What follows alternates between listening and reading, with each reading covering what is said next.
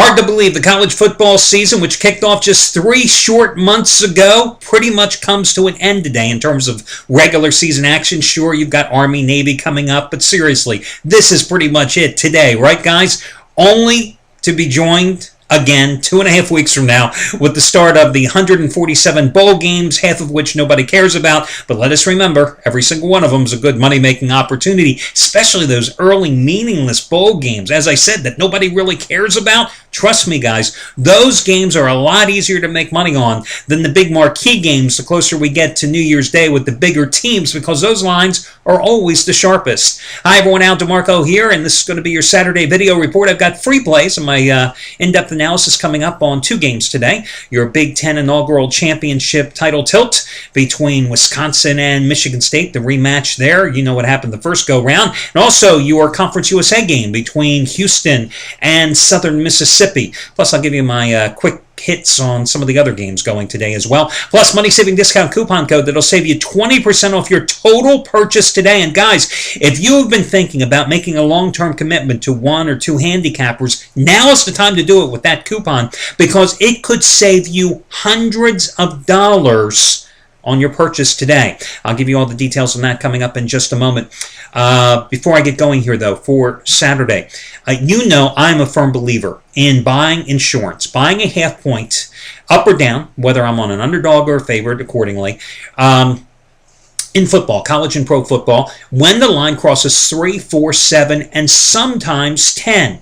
Case in point. I mean, you've had 2 great games here the past 2 nights where that half point made you a winner, a loser, or made you walk away with a push. Look what happened on Thursday in the Big East game between West Virginia and South Florida. West Virginia opened up early in the day at 2.5. Later in the day, when the erroneous reports came out that B.J. Daniels, the South Florida quarterback, was not going to play, suddenly the Mountaineers went up to a solid 3. But then later in the day, they started coming back down to 2.5. In fact, it dropped down to 2, even 1.5 in some places as kickoff approached. Well, needless to say, I got to tell you guys, one of the hardest things about my job is grading the plays for all the handicappers, because I make the final call on all these games. And I've always used a couple of things for rule of thumb. First being, I try to look at the lines at the biggest sports books in Vegas and offshore. I look at the lines at the most likely times that you are getting the plays and wagering on the games. Listen, the closing line BS that you hear guys go by, oh, the closing line was so-and-so covered.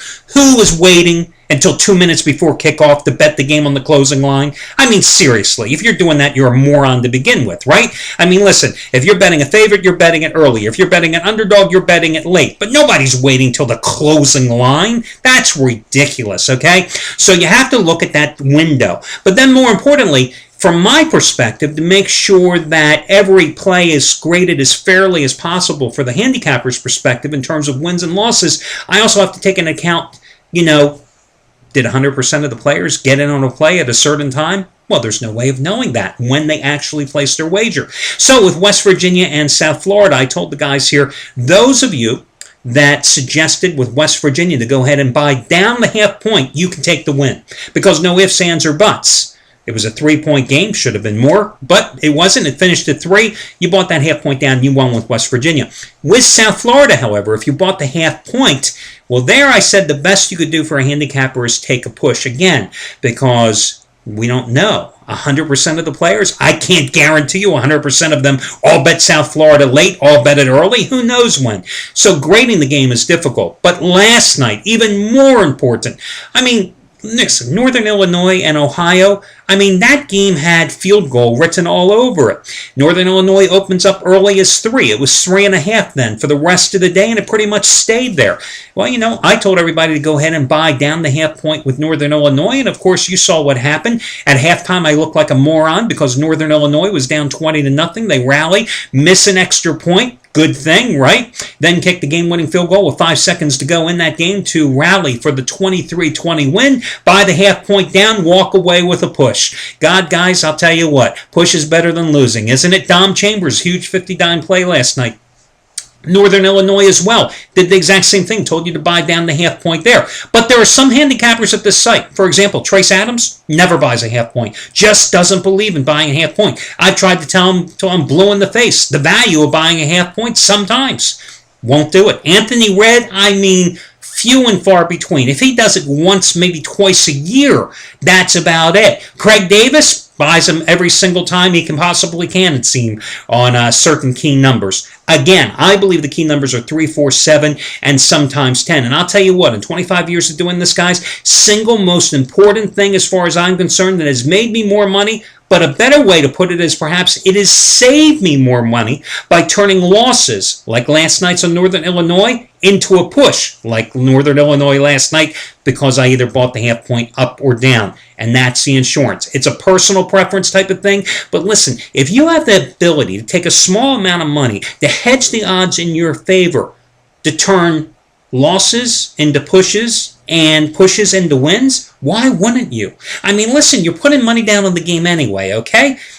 If you're buying off a 4 or 7, sometimes a 10, you're paying an extra 10 cents. You're paying 120 instead of 110. Now, granted, when you're buying on the off the 3, you're paying $1.30. Okay, you're paying an extra 20 cents, but still, if you can't afford it, what are you doing? And again, it only comes into play if you lose.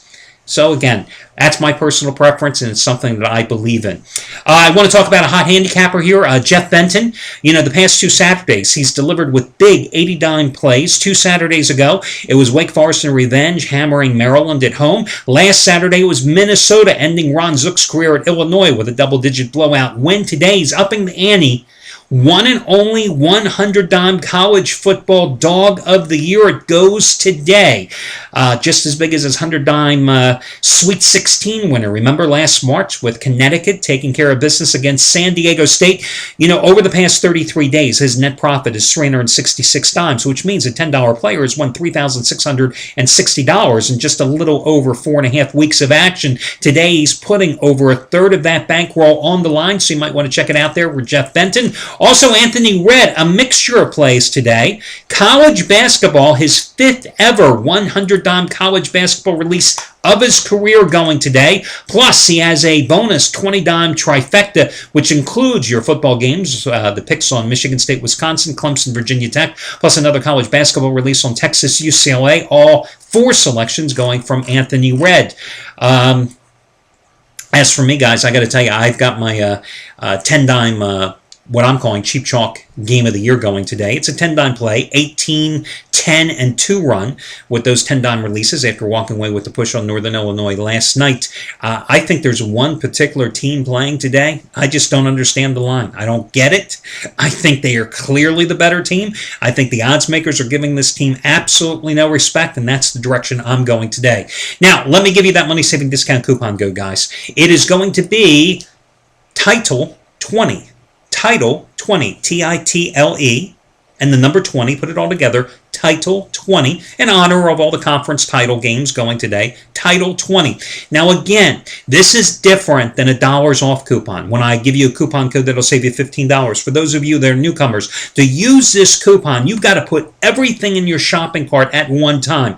So let's say you want to get a month's worth of service from Scott Delaney, a guy who has won $10 bettors only a little over, I think, $11,000, almost $12,000 over the past 8 months. Okay, so let's say you want to get a 1-month package of all his action, 30 days of all his action. Okay, normally that costs $349. This coupon will save you almost $75 just off of that one package. But the beautiful thing about this coupon is that you can mix and match. You can buy a 1-month package from Scott Delaney. You can buy a 1-week package from Anthony Redd. You can buy the latest play from Craig Davis. You put everything in your shopping cart at one time, and you take 20% off your total purchase price. So take it a little further. I mean, look, let's say you wanted to make a 100-day commitment to a guy like Scott Delaney. I'm just looking at his webpage right now. That's $899, which, hey, under $9 a day for 100 days of service is good. But do you realize with that 20% off coupon that you can knock off another $179 off that purchase price? But the thing with this coupon is you've got to have everything in your shopping cart at one time. You can't come in right now and buy Jeff Benton's 100-dime play and later in the day decide, oh, I'm going to get Scott Delaney's latest play. You got to make all your purchases at one time, 20% taken off the total bottom line. You can mix single day purchases, long-term packages. You can buy the insider money moves. My God, what's that record? Like 40 and 20, I think, over the past 19 days with the insider money moves. Put it all together and then use this coupon code again, Title20. Title20 to save 20% off your total purchase price. Hey, quick reminder. Another free fantasy football league contest going this weekend. $300 of my money at stake. I finished 24th last week.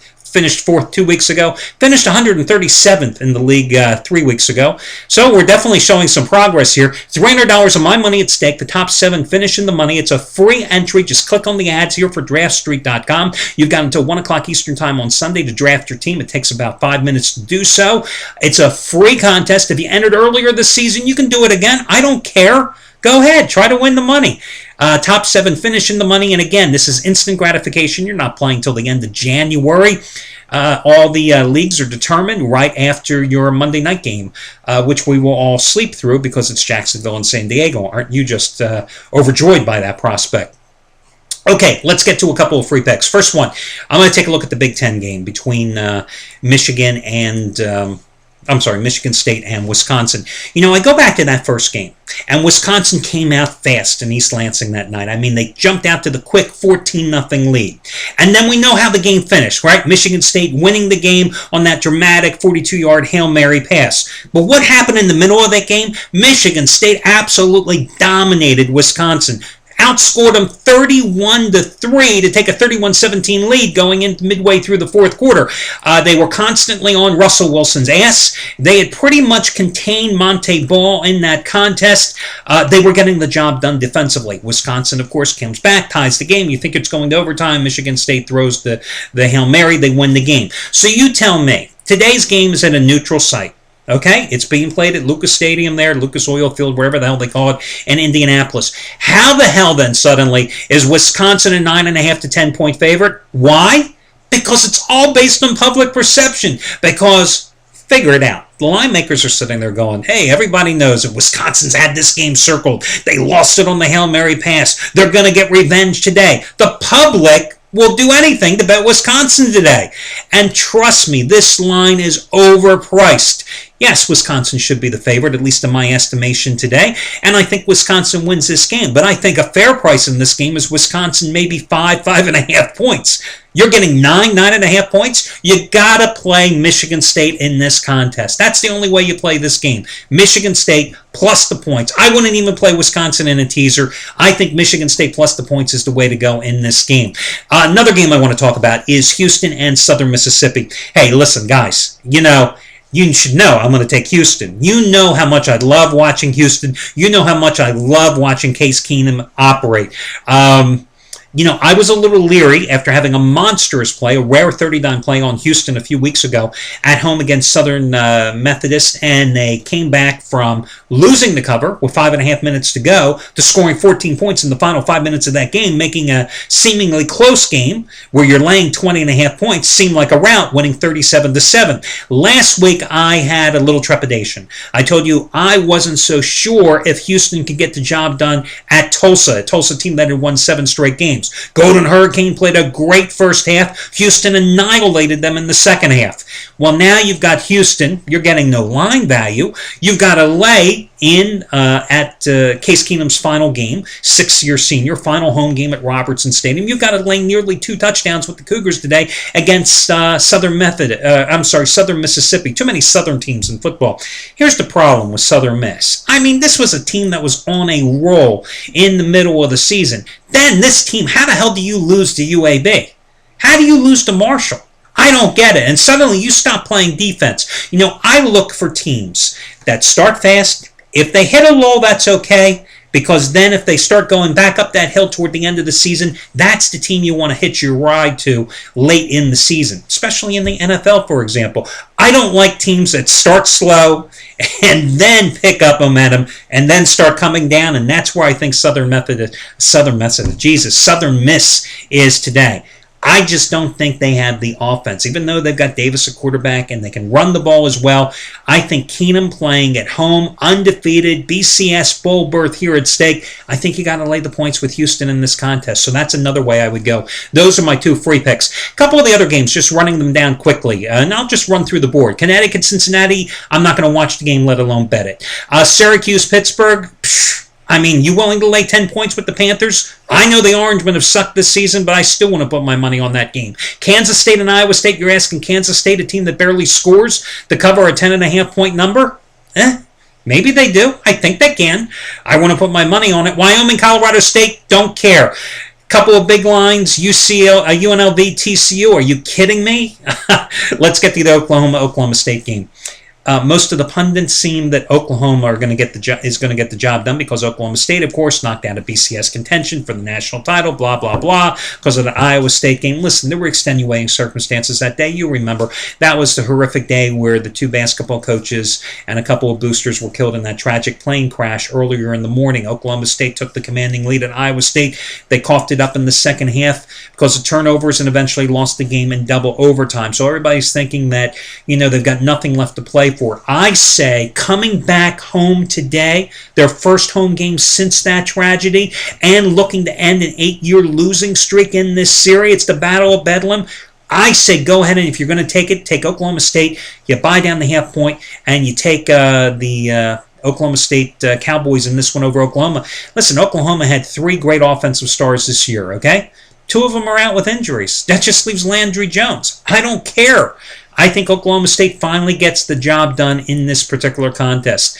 One other bizarre game today, Arkansas State looking for revenge against Troy State, and Arkansas State by far the class of the Sun Belt Conference, and Troy State, a team that's played well at times this year offensively, but has absolutely no defense. It's a huge number, but if the Red Wolves want to cover that number, I think they do, and they want payback today, so I kind of like Arkansas State. But again, the free plays that I really like are going to be Michigan State as the underdog against Wisconsin, and Houston is the big home favorite against Southern Mississippi. Again, Title 20 is your money-saving discount coupon code. Good luck, guys, and I'll catch you again on Sunday.